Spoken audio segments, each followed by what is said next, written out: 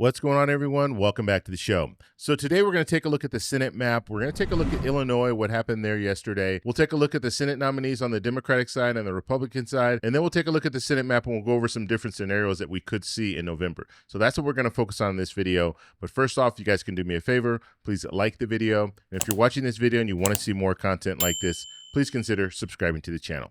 No doubt about it. And now that the primary is over, the U.S. Senate candidates are now deciding to put their focus on the November general election. Democratic U.S. Senate nominee, Lieutenant Governor Juliana Stratton, was here today to greet voters for the morning rush hour.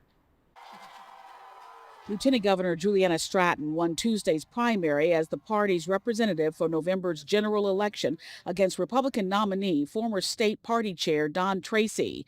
The race may serve as a test for Stratton's progressive platform, which calls for an abolishment of ICE, Medicaid for all, and taking the fight to President Donald Trump.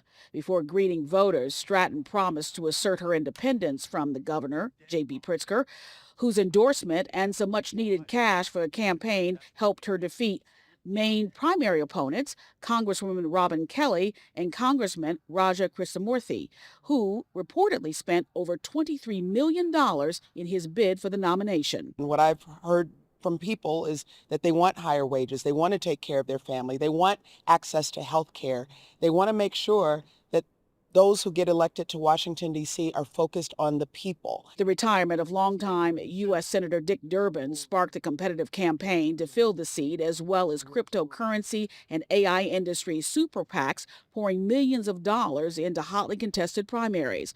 On the GOP side, Don Tracy, who led the Illinois Republican Party from 2021 to 2024, says he's looking to represent the voice of Illinoisans not being heard right now.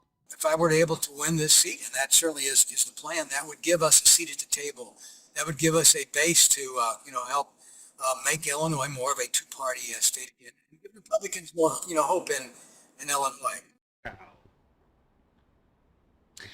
Now, it's expected that Tracy will attend a unity breakfast in West Suburban Naperville. That's going to be held by the Illinois GOP. Also, keep in mind that Stratton also could make history. If elected, she would be the third Black woman that would be in the U.S. Senate. Remember, Illinois is the first state to send a Black woman to the U.S. Senate. That was Carol Moseley Braun. Okay, so here are the numbers. Now, these aren't the final numbers, but we're at 99%, and you see Stratton here is at 40%, and Raja was at 33%, and then 18% for Kelly.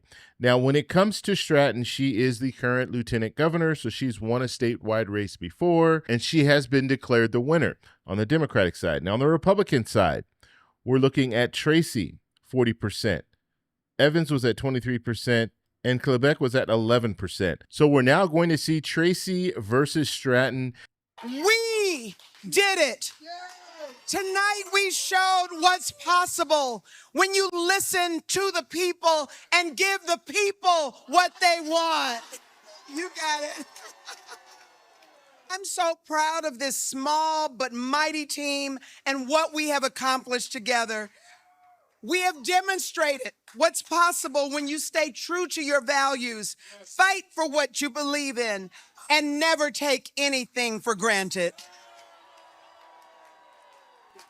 Most importantly, I'd like to thank each and every Illinoisan who showed up to participate in this election and refused to be silenced. No matter who you cast your ballot for, I want you to know that I'm running to be your advocate and fighter in Washington, D.C.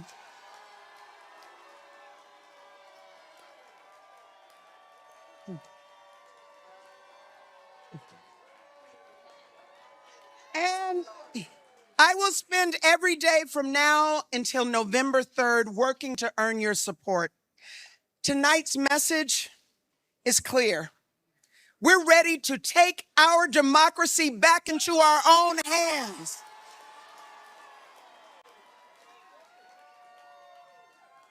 It's That's the same message I've heard as I've campaigned from Chicago to Carbondale, from Rockford to Springfield, and everywhere in between. And I tried to find Don Tracy's victory speech, but I could not find it. So in the future, if I do find it, I will post it. And so we'll have to see how the polling looks, but Stratton is the favorite going in. And the main reason why is when we're looking at our map, and let me just go over the Senate map. This is currently how we have it set up. If we have the darker colors, so the darker blue, the darker red, that means that it's a solid Democrat seat or a solid Republican seat. As we get lighter, you see this lighter red in Montana, that means it's likely that a Republican will win in this seat. If we see a lighter New Mexico, lighter blue, that means it's likely that a Democrat will win that seat. And then when we see this even lighter color in Texas, that means it's leaning for a Republican win. If we see this lighter blue in Minnesota, that means it's leaning for towards a Democratic win. And so when we look at Illinois, we see it is in the likely column, the likely that a Democrat would win in that seat. And so that gives the advantage to Stratton. And so hopefully that explains what these colors are. Now, when we look at these lighter colors, like in Georgia, in Michigan, even in Minnesota, you can say New Hampshire as well, we're seeing some seats that are leaning towards Democrats, are likely for a Democrat, but they still are a vulnerable seat. Okay, there's still a seat that we could see a shift.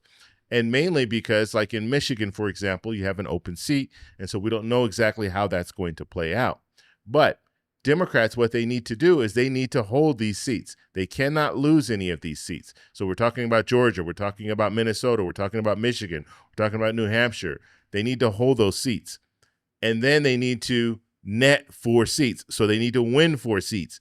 So we're talking about Texas, we're talking about Alaska, we're talking about North Carolina, Maine, Ohio. These are seats right now that are considered leaning for the Republicans. But if Democrats can turn some of these seats around, which I think they have a good chance of doing, especially when we're looking at states like North Carolina, Maine, Alaska, I think these 3 seats are the top tier when it comes to seats that Democrats could flip. And so if we do see a flip like that, then Democrats need to flip 1 more seat. And when we're looking on the map, we're looking at what seats are leaning for Republicans, but not really, a strong, solid seat.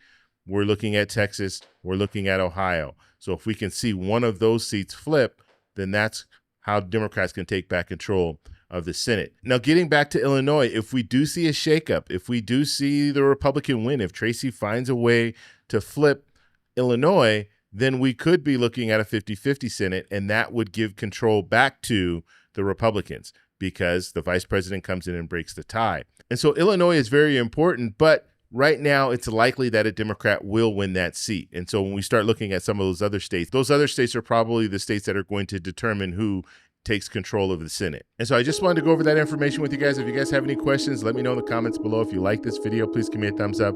Please subscribe for more. And remember, stay informed, stay engaged, and I'll talk to you in the next one.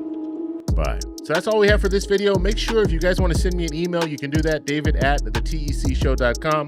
Like the video, subscribe for more, and check out these videos over here for some more great content. Talk to you later. Bye.